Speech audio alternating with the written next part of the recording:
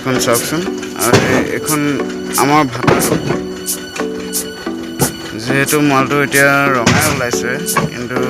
সম্পূৰ্ণ ওলালেহে গম পোৱা যাব আজিলৈ ইমানতে